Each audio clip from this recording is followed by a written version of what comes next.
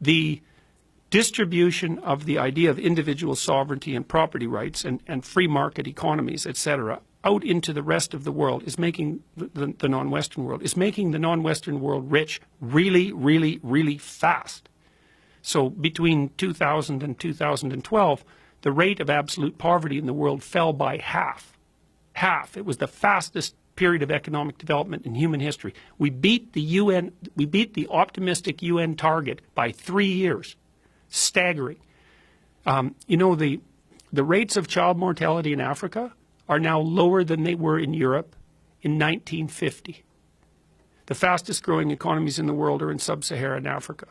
Millions of people a month are getting access to this incredible technology that's embodied in cell phones. Right? People have access to fresh water like they've never had access before. The kids are getting immunized at a rate that's unprecedented, and yet we have this idea that's become rampant in the West that there's something ultimately corrupt about the patriarchal tyranny and that it has to be dismantled right down to its core.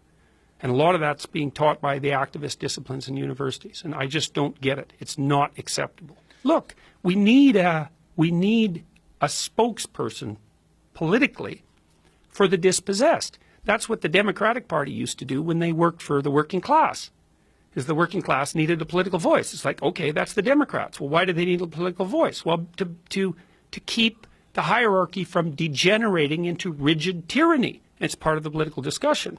But now the problem is and this is the problem with the left, is that, well, what's the hierarchy? It's a tyrannical patriarchy. It's like, no, it's not. It's partly corrupt, like every system. But it's less corrupt than most systems, and there's a lot of elements of it that are devoted towards self-improvement and self-monitoring. You have to be a little nuanced and subtle about these sorts of things. And you can't throw the baby out with the bathwater. And the leftist rhetoric has got so intense that the idea is, and people believe this, well, the world is going to hell in a handbasket, everything is getting worse in all possible ways, and there's systemic racism everywhere, and it's utterly unfair, and it should be torn down and rebuilt. It's like, no. It's actually functioning unbelievably well, even though it still has its problems.